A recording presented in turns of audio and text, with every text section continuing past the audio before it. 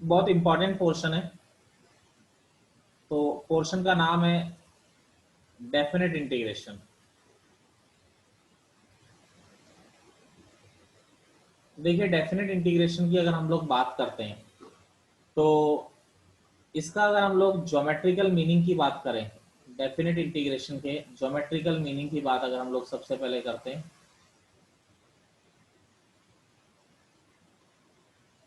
तो definite integration का geometrical meaning क्या होता है, ये बात हमेशा ध्यान रखिएगा। ज्योमेट्रिकल मीनिंग का मीनिंग मतलब क्या है? तो जैसे कोई भी कर्व आपको दे रखा है,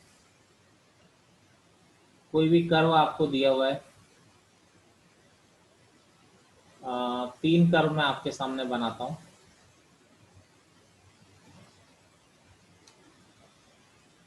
ये एक्स एक्सिस, वाई एक्सिस, ये आपका एक्स एक्सिस, ये वाई एक्सिस। तीसरा एक और है इस तरीके से, ये आपका एक्स एक्सिस, ये वाई एक्सिस। देखिए, कोई भी कर्व है y is equal to f x. जैसे मान लीजिए ये कर्व आपका आ रहा है y is equal to f x, ठीक है। ये x इक्वल टू ए है, ये x इक्वल टू बी है, ये x इक्वल टू ए, ये x इक्वल टू बी। तो a से b में अगर हम उसका इंटीग्रेशन करते हैं एफ एक्स डी एक्स, तो आपको हमेशा मिलता क्या है? तो आपको ध्यान रखिए, मिलता क्या है? उस कर्व से लेकर नीचे जो एक्स एक्सिस तक का कवर्ड एरिया है, आपको हमेशा वो कवर्ड एरिया मिलेगा। और वो भी क्या मिलेगा? विद साइन मिलेगा। With sign in the sense ये पॉजिटिव एरिया एक्स एक्सिस के ऊपर लाई कर रहा है, तो ये जो आंसर मिलेगा वो आपको क्या मिलेगा? पॉजिटिव आंसर मिलेगा। ऐसे बच्चे हुआ क्या, अगर मान लीजिए कर्व नीचे की तरफ आ रहा है और अब आप यहाँ पर x इक्वल टू ए से x इक्वल टू बी तक का इंटीग्रेशन कर रहे हैं, ये एक y equal to f x आपका कर्व है। अगर आप यहाँ पर a से b f x d x आप इंटीग्रेशन करते हैं तो यहाँ पर क्या होता है? अभी भी आपका क्या है? ये x एक्सिस तक का कवर्ड एरिया मिलता है, लेकिन अब क्योंकि ये नेगेटिव रीजन में आ रहा है तो इसलिए आपका आंसर जो होगा वो नेगेटिव आएगा, ठीक है। अब यहाँ पर अगर मैं बात करूँ तीसरी पॉसिबिलिटी में, तीसरी पॉसिबिलिटी में अगर मान लीजिए कर्व आपका इस तरह से आ रहा है, ये x इक्वल टू ए और ये आ रहा है x इक्वल टू बी। मान लीजिए पॉजिटिव एरिया a1 है, नेगेटिव एरिया आपका क्या आ रहा है? a2 आ रहा है, और कर्व कंटिन्यूस है यहाँ से यहाँ तक।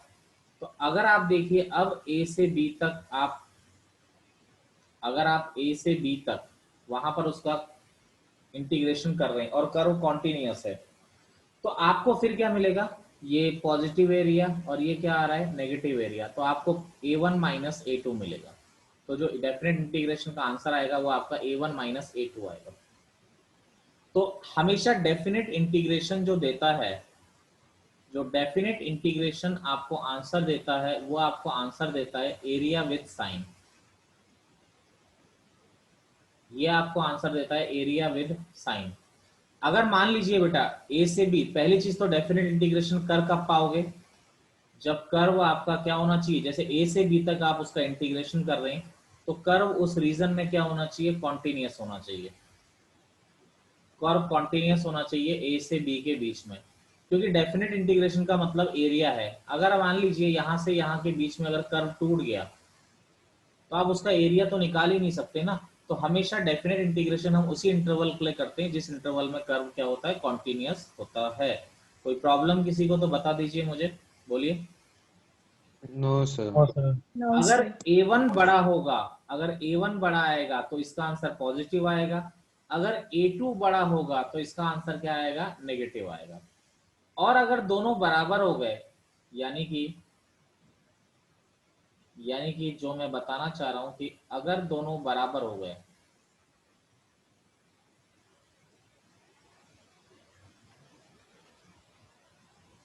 यानी कि ए से बी तक आपका एरिया कर्व कॉन्टिन्यूस तो है ही, नो डाउट। तो ये जितना पॉजिटिव एरिया हो गया और उतना ही नेगेटिव एरिया आ गया, यानी कि जितना पॉजिटिव उतना नेगेटिव, तो रिजल्टेंट एरिया आपका क्या आ गया? जीरो आ गया। तो यानी कि अगर कहीं से कहीं तक आपका डेफिनेट इंटीग्रेशन जीरो आ रहा है तो इसका मतलब आप ये भी लिख सकते हैं, देन हम ऐसा भी कह सकते हैं, वी कैन से at least one root of at least one root of fx will lie between a to b, क्योंकि जितना पॉजिटिव है उतना ही नेगेटिव है, तो पॉजिटिव से नेगेटिव में आने में उसको एक कर्व को एक बार तो एक्स एक्सिस को कट करना पड़ेगा, और कर्व ने अगर एक बार एक्स एक्सिस को कट कर लिया तो वो डेफिनेटली उसका क्या हो जाएगा बेटा, रूट हो जाएगा। मेरी बात से आप सहमत हैं या नहीं है बताइए? यस सहमत Yes, है sir. सर। तो उसने अगर कट कर लिया तो नेचुरल सी बात है वहां उसका रूट हो ही जाएगा। ठीक है, तो पहली इंपॉर्टेंट बात आप लोगों ने यहाँ क्या समझनी है, पहली इंपॉर्टेंट चीज ये है कि कर्व का आप डेफिनेट इंटीग्रेशन वहीं से वहीं तक कर सकते हैं जहां पर उसका आपका कर्व कॉन्टिन्यूस होना चाहिए, क्योंकि कॉन्टिन्यूस कर्व का ही आप एरिया निकाल सकते हैं, पहली चीज। दूसरी चीज, अगर एरिया 0 है तो इसका मतलब जितना पॉजिटिव एरिया उतना नेगेटिव एरिया, तो डेफिनेटली कम से कम एक रूट वहां पे लाइक कर ही रहा है, उसका कंफर्म ही है वो चीज। ठीक है, जैसे अब मैं आपको एक चीज बताऊं, जैसे कभी भी हो, जैसे 0 से पाई, अगर ये क्वेश्चन है बेटा sec square x d x upon, मेरी बात समझिएगा, 1 प्लस 10x और 2 प्लस 10x, तो बेटा हम लोगों की आदत क्या होती है, अभी देखो मैं आपको पूरा हटा दूं इसको, कोई दिक्कत है किसी को बताइए, बोलिए। No sir. No, sir. किसी को दिक्कत नहीं, सेव मैंने कर लिया, आपको स्लाइड्स मिली जाएंगी, कोई दिक्कत नहीं है। जैसे बेटा मैं ये क्वेश्चन आपको करके दिखाता हूँ, जैसे हम लोग अगर ऐसा सोचते हैं तो देखिए यहाँ पर क्या आ रहा है बेटा, देखो ये क्वेश्चन मैं अगर सॉल्व करूं, t is equal to 10x put किया तो dt इज इक्वल टू आपका आ गया sec square x d x. अब जरा देखिए, वैसे इस क्वेश्चन को करना ही गलत है, इस क्वेश्चन को आप नहीं कर सकते। क्यों नहीं कर सकते? क्योंकि आपका जो कर्व है, आपका जो कर्व है, आपका fx क्या दे रखा है मैंने, जरा समझिएगा, sec square x upon 1 plus 10x और 2 प्लस 10x। मुझे एक बात केवल इतनी सी बता दीजिए, क्या ये 0 से पाई के बीच में कॉन्टिन्यूस आ रहा है? नहीं आ रहा है। क्यों नहीं आ रहा है? अरे बताइए।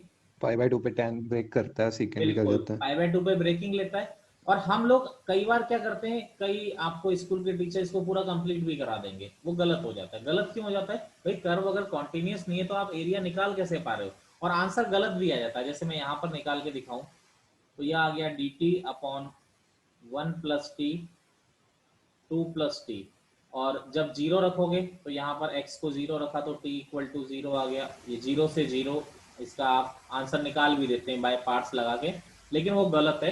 डेफिनेटली आंसर मिलेगा लेकिन वो गलत मिलेगा। रीजन एक सिंपल सा है, क्योंकि उस इंटरवल में वो कर्व कॉन्टिन्यूस नहीं आ रहा है। मेरी बात से सहमत हैं आप लोग जो मैंने बताया? Yes yes Yes, sir. sir. ये बच्चे पार्टी बड़ी लेट आ रहे हो, नानकी लेट आई, वसुधरा लेट आयो बेटा। चलिए, जैसे मैं एक क्वेश्चन करा रहा हूं बेटा, आप लोगों को ध्यान दीजिएगा, मैं एक क्वेश्चन एक बार एक सही तरीके से करा रहा हूं, और एक, अब देखिए आप लोगों को लगेगा यहाँ पे जैसे dx upon 1 plus x square है, जैसे -1 से 1 dx upon 1 plus x square. तो देखिए dx upon 1 plus x square का इंटीग्रेशन हम लोग जानते हैं tan इनवर्स x, ये हो गया -1 से 1 तक। अब अपर लिमिट रखी तो tan inverse 1 minus lower limit रखी तो tan इनवर्स -1, तो बेटा ये हो गया π/4, ये हो गया -π/4, तो बेटा आंसर आपका क्या आ गया? π/2। ठीक है, ये आंसर आ गया। इसी क्वेश्चन को मैं एक तरीके से और कर रहा हूँ, देखिए -1 से 1 dx upon 1 plus x square, जरा समझिएगा, मैंने यहाँ पर पुट कर दिया बेटा x को 1 अपॉन टी। ठीक है, x को 1 अपॉन टी पुट किया तो देखिए dx इज इक्वल टू क्या आ गया? Minus D T upon T square. तो dx के प्लेस पे आ गया minus D T upon T square, यहाँ पर क्या आ गया बेटा? 1 प्लस 1 अपॉन टी स्क्वायर। समझ रहे हैं मेरी बात? अब देखिए लोअर लिमिट, मुझे लगता है Yes. तो अभी तो मैं बताऊंगा लोअर लिमिट अपर लिमिट निकालना, पर लेकिन थोड़ा बहुत फिजिक्स में आप शायद पढ़ के आते होंगे लिमिट कैसे चेंज होती है। भाई लिमिट अभी मैं सिखाऊंगा चेंज करना। x is equal to 1 upon t है, तो लोअर लिमिट क्या है बेटा? x इक्वल टू -1, तो x की वैल्यू -1 रखी तो t भी कितना आएगा बच्चा? -1। अपर लिमिट क्या रखा बेटा? x 1 अपॉन टी है, तो अपर लिमिट आपका 1 है, तो x को 1 रखा तो t का वैल्यू क्या आ गया? 1 आ गया। तो यहाँ पर क्या आ गया बेटा? लोअर लिमिट -1 आ रही है, अपर लिमिट 1 आ रही है, तो -1 से 1, ये माइनस डी टी अपॉन नीचे से टी स्क्वायर एलसीएम आएगा तो D T upon T square plus 1, तो माइनस ये आ गया बेटा टेन इनवर्स टी, -1 से 1। तो यहाँ पर भी रखा बेटा मैंने, तो देखिए tan inverse 1 minus tan inverse -1, तो टेन इनवर्स 1 क्या हो गया बेटा π/4, ये हो गया -π/4। तो यहाँ पर आंसर आ गया बेटा -π/2। अब मुझे बताओ सही कौन सा है और गलत कौन सा है। एक सिंपल सी बात है, ऊपर वाला सही है, बिल्कुल नीचे सही, वाला गलत है, ऊपर क्योंकि वाला वन करेक्ट बाई है, टी सब्सटीट्यूट करने पे 0 पे ब्रेकिंग आ रही है। बिल्कुल सही, ये गलत है। क्योंकि आप बेटा यहाँ पर substitute x equal to 1/t यानी t इक्वल टू 1/x कर रहे हो, और -1 से 1 के बीच में 1/x ब्रेकिंग लेता है, किस पे ब्रेकिंग लेता है, 0 पर क्या लेता है, ब्रेकिंग लेता है। मेरी बात से सहमत हैं आप लोग? ठीक है, यस सर। यस तो ये क्या है बेटा, छोटी छोटी चीजें जो हम लोगों को पता होनी चाहिए, जिससे हमारा आंसर में इफेक्ट पड़ता है। कई बार ऐसी सिचुएशन हमारे सामने आएगी और हम लोग उसको डायरेक्ट कर देंगे और डायरेक्ट आंसर भी आ जाएगा, पर लेकिन वो टेक्निकली गलत है। सर ये फिर से बताना, ये ब्रेकिंग वाली बात। ब्रेकिंग वाली बात, t is equal to 1/x put किया है, तो -1 से 1 के बीच में क्या 1/x कॉन्टिन्यूस होता है? x इक्वल टू 0 नो में सर। डिसकंटिन्यूटी शो कर जाता है ना ये 1/x। बोलिए। Yes sir. ठीक है, तो अब ब्रेकिंग हो रहा है तो ये आप नहीं कर पाएंगे ना ऐसे, ठीक है ना। फिर -π/2 क्यों नहीं दिया? कहाँ पे, कहाँ पे -π/2 की बात कर रहे हैं आप? तो ये गलत है ना आंसर। जब आपने गलत तरीके से किया है या आपने गलत सब्स्टिट्यूशन चूज किया है तो आंसर तो गलत ही है ना ये। अच्छा ठीक है ठीक है ठीक है तो फिर ठीक है -π/2 में सर। ये बोल रहा हूँ कि गलत है, मैं बोल रहा हूँ π/2 करेक्ट है। क्लियर है मेरी बात? Yes sir. सर, इनडेफिनिट में फिर ये सब्स्टिट्यूशंस करना मतलब करेक्ट कैसे हो जाता है? इनडेफिनेट में क्या होता है कि हम कोई लिमिट थोड़ी बना रहे हैं। इनडेफिनेट जो होता है वो किसको रिप्रेजेंट करता है, पेयर ऑफ फैमिली को। जैसे मैंने आपको बताया था ना एक बार की 2x dx का अगर हम इंटीग्रेशन करते हैं तो क्या आता है, x² + c आता है। तो ये जो इंटीग्रेशन है ये यस फैमिली को रिप्रेजेंट कर रहा है, ये एरिया को रिप्रेजेंट नहीं कर रहा है ना।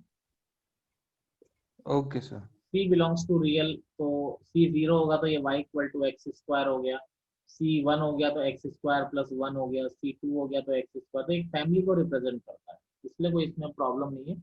यहाँ ये डेफिनेट इंटीग्रेशन एरिया को रिप्रेजेंट कर रहा है, बट एरिया विद साइन को रिप्रेजेंट करता है।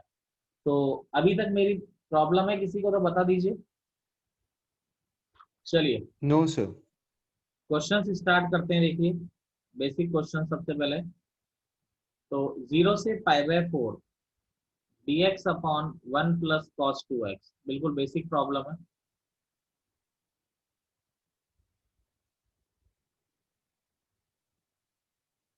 चलिए एक बच्चा बोल रहा है इसमें कांस्टेंट टर्म क्यों नहीं आती है, मैं बता देता हूँ। जैसे देखो भाई, a से b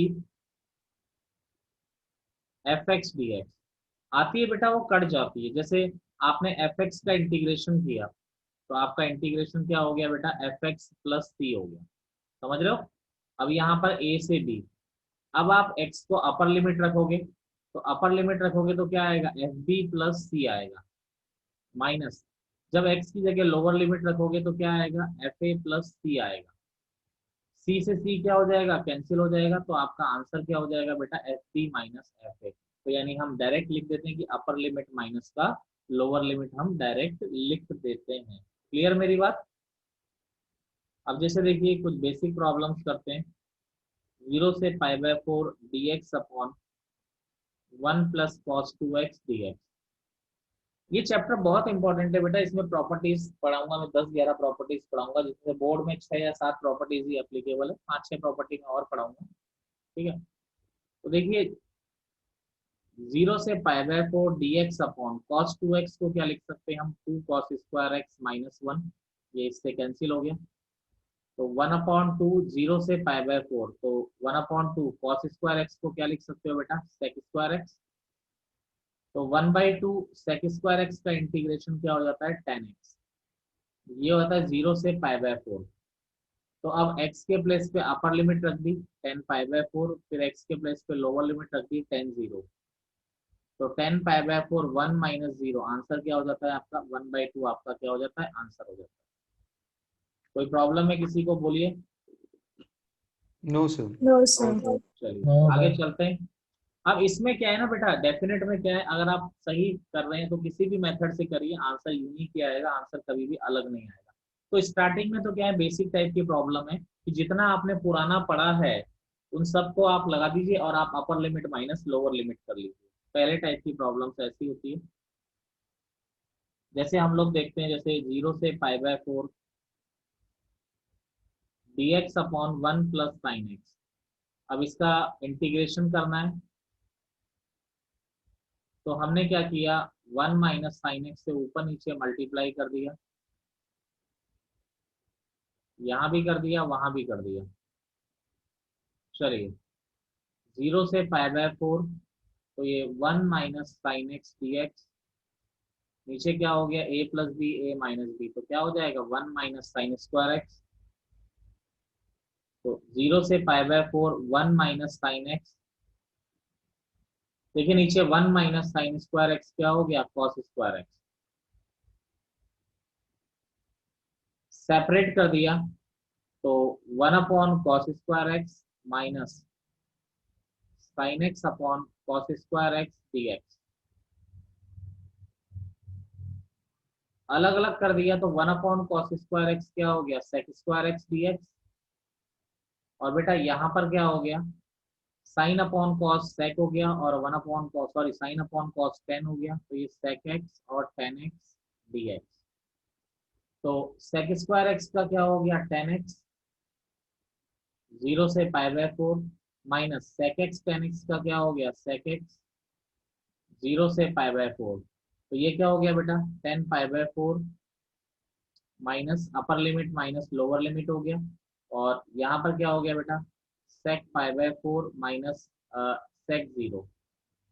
तो 10 π/4 1 - 0, sec π/4 होता है बेटा 1/√2, सॉरी सॉरी सॉरी sec π/4 क्या हो जाता है आपका √2 और sec 0 1, तो 1 - √2 + 1, तो आपका आंसर क्या हो गया, ये 2 - √2 आपका क्या हो गया आंसर हो गया।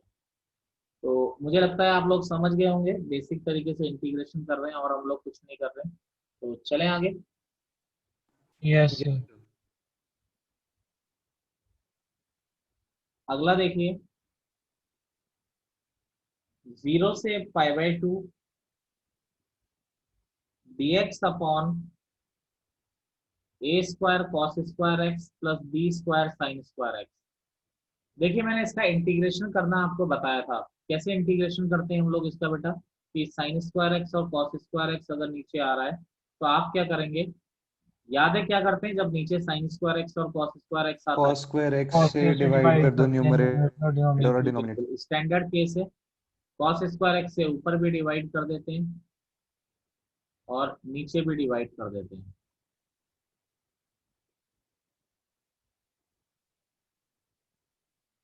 तो देखिए 1/cos² x क्या हो गया आपका,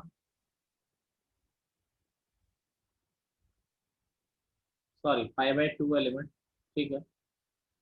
तो ये हो गया बेटा sec² x dx अपॉन ये हो गया बेटा a + b tan² x। तो यहाँ पर हमने t = tan x पुट किया, तो dt हो गया आपका sec² x dx। तो सर अपर लिमिट π/4 है कि π/2 है? सॉरी सॉरी π/2 है, π/2 बार बार π/4 आ जा रहा है, π/2 है।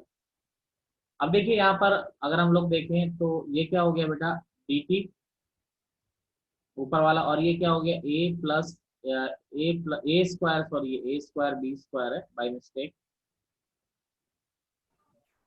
ठीक है। सर और π/4 नहीं होनी चाहिए upper limit?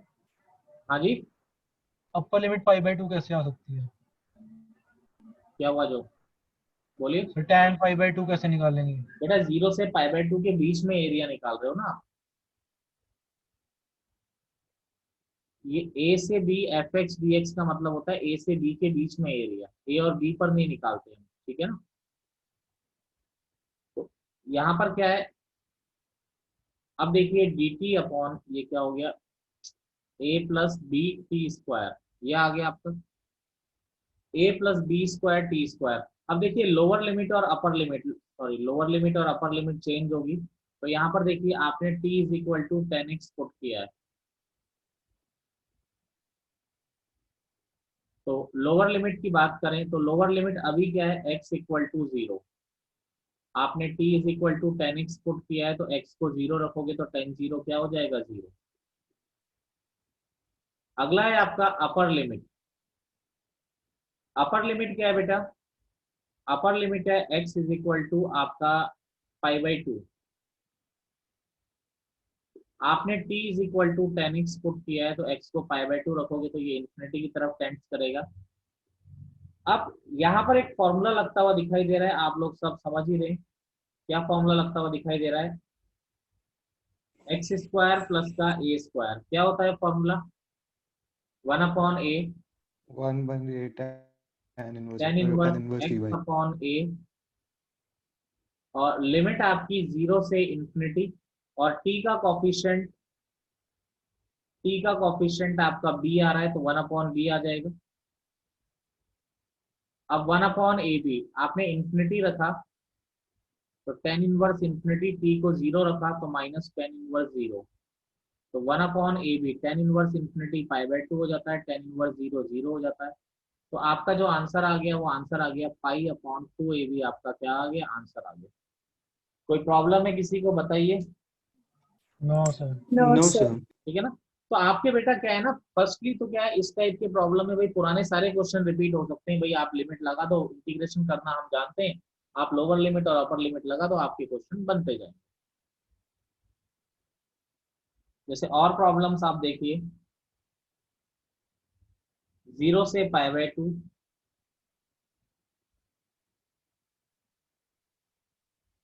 cos x dx upon 1 plus sine x 2 plus sine x. तो देखिए यहाँ पर t इज इक्वल टू, सब पहले सब्सटीट्यूशन लगाया, t equal to sine x, कारण क्या है, ऊपर cos x dx दिखाई दे रहा है हमको, तो dt इज इक्वल टू क्या हो गया बेटा, cos x dx। तो लिमिट्स भी चेंज होगी नो डाउट। तो लोअर लिमिट बोर्ड में आओगे तो पूरा लिख के आना इस तरह से, जैसे मैं लिख रहा हूँ ना, मैं इसीलिए बता रहा हूँ कि बोर्ड में लिख के आओगे इस तरह से। लोअर लिमिट बेटा अभी x इक्वल टू 0 है, आपने t equal to sine x put किया है, तो x इक्वल टू 0 रखा, तो t की वैल्यू क्या आ रही है, उस रेस्पेक्ट में 0 आ रही है। ऐसे ही अपर लिमिट अभी x π/2 है, आपने t is equal to sine x रखा, तो x को π/2 रखा, तो साइन π/2 क्या हो गया आपका, 1 हो गया। ठीक है। अब देखिए यहाँ पर अगर हम लोग देखें तो 0 से 1 dt अपॉन 1 प्लस टी और 2 प्लस टी। अब आपका बन गया बेटा पार्शियल फ्रैक्शन का केस, वो तो आप जानते हैं 1/1 plus T minus 1/2 plus T आपका बन ही जाएगा, 0 से 1 और dt। तो क्या हो गया यहाँ पर 1/1 plus T minus 1/2 plus T, तो ये क्या आ गया, ln 1 plus T minus ln 2 plus T, 0 से 1 log a minus log b, तो क्या आ जाएगा ln t plus 1/t plus 2, 0 से 1। अपर लिमिट रखी तो ये 1 plus 1 2 upon 1 plus 2 3, minus lower limit रखी तो ln t को 0 रखा बेटा। अब देखिए log a minus log b, आप लोग ये तो जानते ही हो, log a अपॉन b बन जाता है, तो आपका आंसर आ जाएगा ln 4/3, आपका आंसर आ जाएगा। इंटीग्रेशन करना था और ऐसा कोई खास बात नहीं थी, आप लोग कर भी सकते थे इंटीग्रेशन, कोई इतनी हार्ड एंड फास्ट रूल नहीं था। बोलिए कोई दिक्कत। No sir. चलिए रफ कर रहे हैं, एक क्वेश्चन आप लोग करना चाह रहे हैं, 1/3 से 1 x माइनस एक्स क्यूब की पावर 1/3 अपॉन x की पावर 4 dx। सिंपल एक सब्स्टिट्यूशन लगेगा, ट्राई कीजिए, कर पाएंगे आसानी। देखिए मैं ट्राई कर देता हूँ इसको एक बार, सब्स्टिट्यूशन लगाना है और कुछ नहीं है। देखिए 1/3 से 1 यहाँ पर अगर मैं ऊपर से एक्स क्यूब को निकाल लूँ तो एक्स बाहर आएगा, तो ये क्या हो जाएगा आपका 1/x² माइनस 1 की पावर 1/3 dx अपॉन ये आ रहा है x की पावर 4, ये एक्स क्यूब बचेगा 1/3 से 1 यहाँ आ गया 1/x² माइनस 1 की पावर 1/3, ये dx अपॉन एक्स क्यूब। अब देखिए सब्स्टिट्यूशन बन के तैयार हो चुका है वैसे तो, क्यों इसको t मान लीजिए, ये इसका सब्स्टिट्यूशन होता है, तो t हमने लिया 1/x² माइनस 1, तो dt अपॉन dx हो गया -2/x³, तो ये हो गया -1/2 dt is equal to dx upon x³। तो dx अपॉन x³ क्या हो गया -1/2 dt, और ये हो गया t की पावर 1/3 dt हो गया। अब बेटा लोअर लिमिट अपर लिमिट का खेल आप लोग जानते हो, तो मुझे लगता है आप लोग जानते हैं। एक बार मैं लोअर लिमिट रखता हूँ, चलो निकाल देता हूँ मैं। लोअर लिमिट क्या होता है, जैसे आपने 1/3 रखा तो लोअर लिमिट अभी क्या है हमारी x इक्वल टू 1/3, तो यहाँ t इज इक्वल टू आपने 1/x² माइनस 1 रखा है, तो x को 1/3 रखोगे तो बेटा क्या आ जाएगा 9 माइनस क्या आ जाएगा बोलो, 9 माइनस 1 8 आ जाएगा। 8 आ जाएगा। और अपर लिमिट आपका x इज इक्वल टू 1 है, तो t is equal to 1/x² minus 1, x को 1 रखा तो 1 माइनस 1 क्या आ गया 0 आ गया। तो यहाँ पर क्या आ गया, लिमिट्स आ गई आपकी 8 से 0, ठीक है। अब आपका आ गया माइनस, अब तो आप समझ ही गए हो, कर ही लोगे ना, आंसर क्या आ जाएगा आपका 6 आ जाएगा। कोई दिक्कत है किसी को, बोलिए। No sir. No, sir. चलिए आगे चलते हैं, तो इजीली आप लोग इसको कंप्लीट भी कर सकते हैं, ऐसा कोई वो नहीं है। किसी को भी दिक्कत हो तो बता दीजिएगा, ठीक है। चलिए आगे चल रहे हैं। अब देखिए इस तरह से मतलब अब बात वही आ रही है कि आपको अगर इंटीग्रेशन करना आता है तो अभी आपको अपर लिमिट माइनस लोअर लिमिट करना है, और तो कुछ ऐसा करना नहीं जिसमें हमें कोई टेंशन आए, ठीक है। अपर माइनस लोअर कर देना है, आपका काम कंप्लीट हो जाएगा। अब एक होता है बेटा कहीं कहीं हम फंसते हैं, जैसे मैं आपको बताता हूँ इम्प्रॉपर इंटीग्रेशन, कहीं कहीं बहुत ही रेयर केस ऐसा होता है, लेकिन फिर भी मैं उसको बता ही देना चाहता हूँ। इम्प्रॉपर इंटीग्रेशन जहां आप लोग फंस जाओगे, कहाँ फंसोगे, जैसे देखिए 0 से 1 जैसे log x dx, जैसे ये इंटीग्रेशन हो गया। तो एक एग्जांपल से मैं आपको ये समझा दे रहा हूँ कि कहीं अगर ऐसी पोजीशन हमारे सामने आती है तो हमने क्या करना है। तो log x का इंटीग्रेशन मैंने आपको सिखाया था कैसे करते हैं बेटा, इंटू 1 मान लेते हैं, ठीक है। वैसे तो डायरेक्ट याद होना भी चाहिए, मैंने याद करने को ही बोला था। क्या होता है log x का, बोलिए x log x minus, x ln x minus 1। Minus x. बिल्कुल बिल्कुल। और वैसे करते कैसे हैं, 1 को सेकंड फंक्शन मान लिया, इसको फर्स्ट फंक्शन मान लिया, तो सेकंड फंक्शन का इंटीग्रेशन किया तो x log x 0 से 1 माइनस फर्स्ट फंक्शन का डिफरेंशिएशन किया, सेकंड फंक्शन का इंटीग्रेशन किया dx, ये कैंसिल हो गया। तो ये हो गया बेटा x log x 0 से 1 माइनस, जब आप dx का करोगे तो बेटा x आ जाएगा 0 से 1। अब देखिए अब इंटीग्रेशन हो गया तो आप लोग क्या करते हैं, अपर लिमिट माइनस लोअर लिमिट, तो अपर लिमिट रखी बेटा 1, समझिएगा 1 log 1, भाई log 1 0 हो जाता है। लेकिन जैसे ही बेटा मैं 0 रखता हूँ मेरे सामने प्रॉब्लम आ जाती है। प्रॉब्लम क्या आती है कि 0 इंटू लॉग 0, लॉग 0 डिफाइन ही नहीं होता है, इसीलिए मैंने इसका नाम इम्प्रॉपर दिया हुआ है, इम्प्रॉपर इंटीग्रेशन। भाई log 0 माइनस इन्फिनिटी हो जाता है, तो ये हमारे सामने प्रॉब्लम आ गई। जो नहीं जानता है देख सकते हो, जब 0 की तरफ आप टेंस करते हो तो लॉग माइनस इन्फिनिटी की तरफ टेंस करता है। तो यानी कि ये तो आप रख ही नहीं सकते हो, यानी आप लोअर लिमिट रख नहीं सकते। तो जब भी वो वहां पर आके अटक जा रहा है, यानी x को जब हम 0 रख रहे हैं तो कौन सी फॉर्म आ जा रही है बेटा, 0 इंटू इंफिनिटी फॉर्म आ जा रही है, नहीं आ जा रही है। यस। Yes sir. तो जब भी इंडिटरमिनेट फॉर्म आती है तो हम लिमिट का कॉन्सेप्ट यूज करेंगे वहां पे, यानी कि limit x tends to 0 plus x log x minus, यहाँ पर रख दीजिए 1 माइनस 0। मेरी इस बात से सहमत है आप लोग, मैंने ऐसा 0 प्लस क्यों लिया, क्योंकि अगर मैं केवल लिमिट x टेंस टू 0 रखता तो वो 0 माइनस भी पॉसिबल था, और लॉग के डोमेन में वो होता नहीं। तो कोई भी अगर हम लिमिट निकाल रहे हैं तो नेचुरल सी बात है डोमेन के अंदर ही हम लोग बात करते हैं। मेरी बात से सहमत है आप लोग, क्या किया मैंने, यस Yes, sir. log 1 0 हो गया माइनस, देखिए अब यहाँ पर ये बेटा 0 इंटू इन्फिनिटी फॉर्म बन रही है। अब एक बात हम लोग जानते हैं, लिमिट हम जब ही सॉल्व कर पाते हैं जब या तो 0/0 फॉर्म बने या इन्फिनिटी/इन्फिनिटी फॉर्म बने।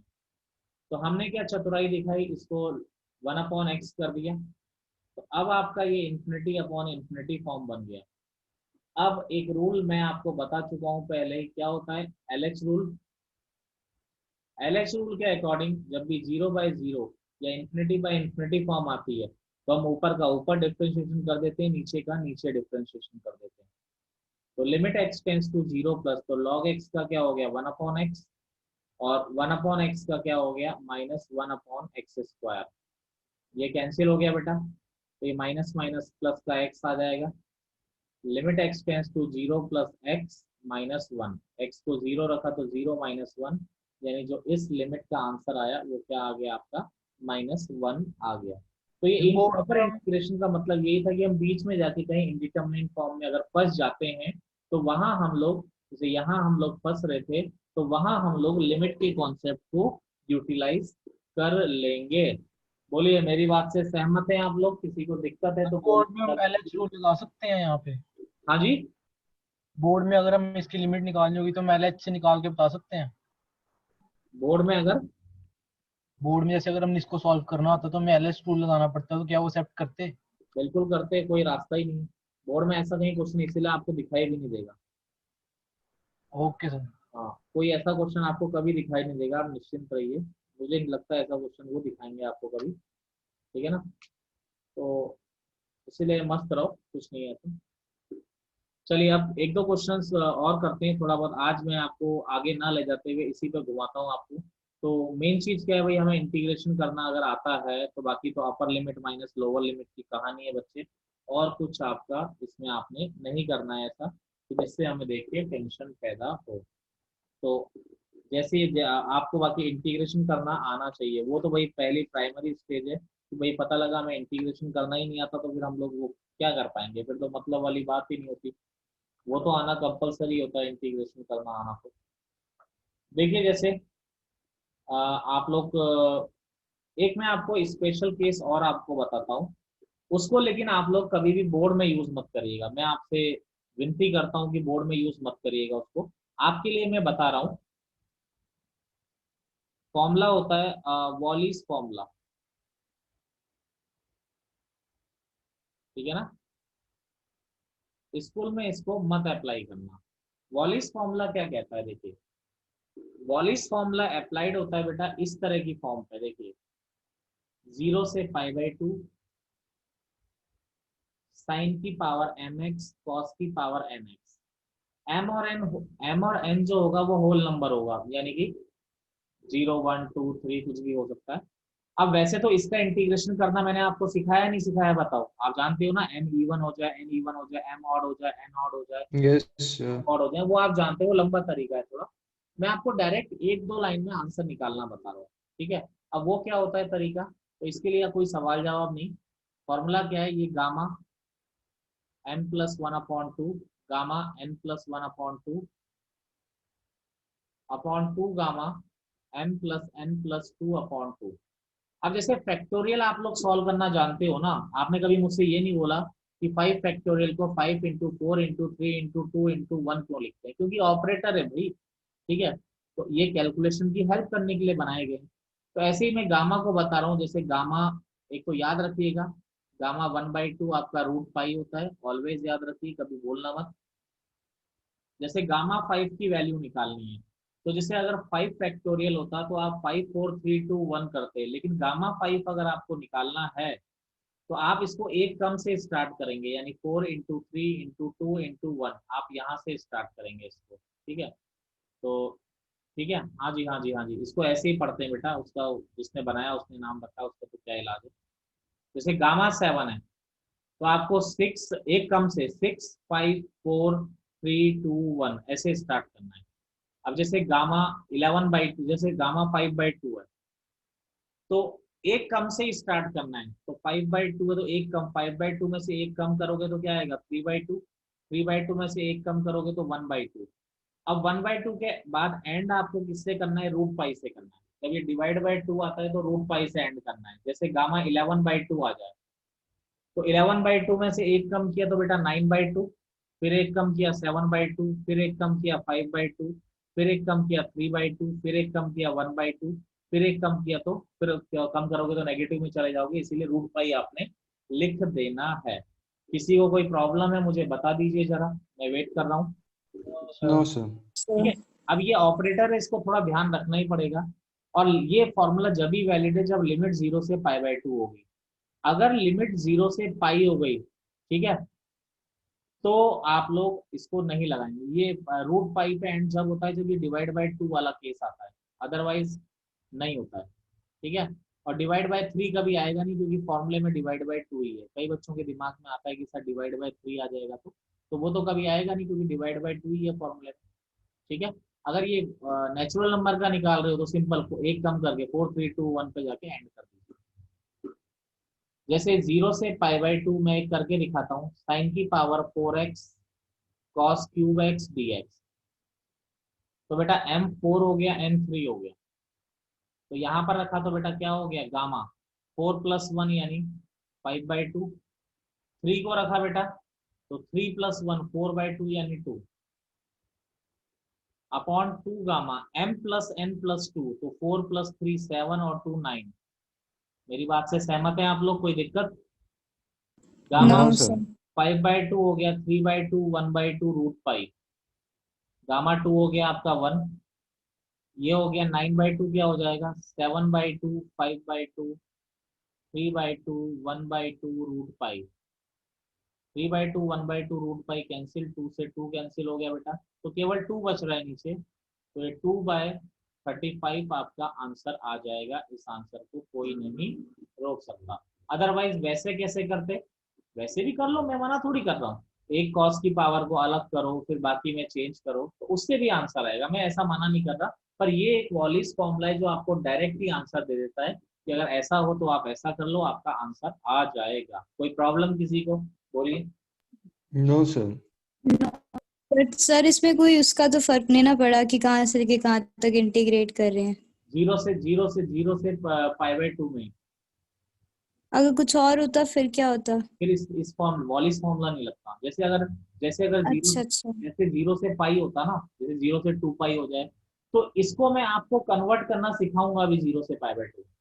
वो एक प्रॉपर्टी ओके हम आगे सर। पढ़ेंगे कि लिमिट को छोटा कैसे करते हैं। ठीक है, लेकिन आप वॉलिस फॉर्मूला जब भी लगाएंगे जब आप लिमिट 0 से π/2 होगी, अदरवाइज आप वॉलिस फॉर्मूला यूज नहीं करेंगे। समझ रहे हो? Yes sir. यस। चलिए, कोई और कंफ्यूजन है किसी को, बोल दो भाई, किसी के दिमाग में कुछ चल रहा हो तो बोलिए। तो कभी पूछा है मतलब कंपटीशन में?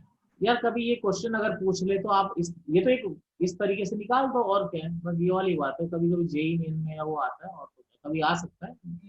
आज तक आया कभी? नहीं, पर हर इंस्टीट्यूट वाला इसको देता ही है, हर मॉड्यूल आकाश ने भी दे रखा है, हर कोई देता है इसको। ठीक है, ओके ओके सर। आना चाहिए। देखिए जैसे 0 से π/2 cos की पावर 5x, फॉर्मूला लिख दूं चाहो तो, कई बच्चों को फॉर्मूला याद नहीं होगा।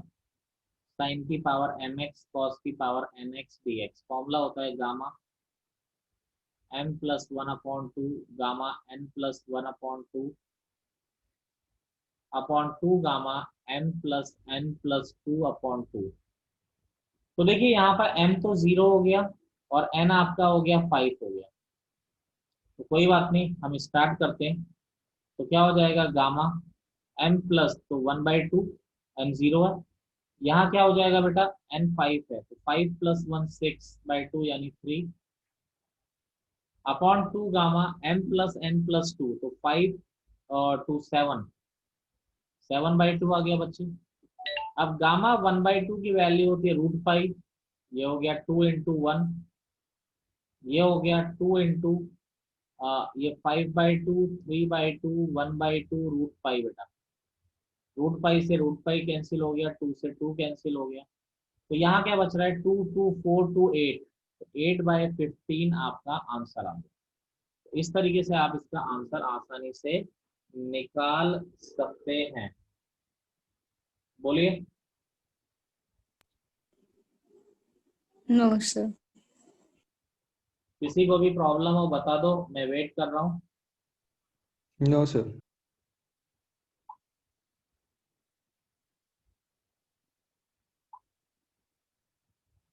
चलें आगे। Yes sir. Yes sir.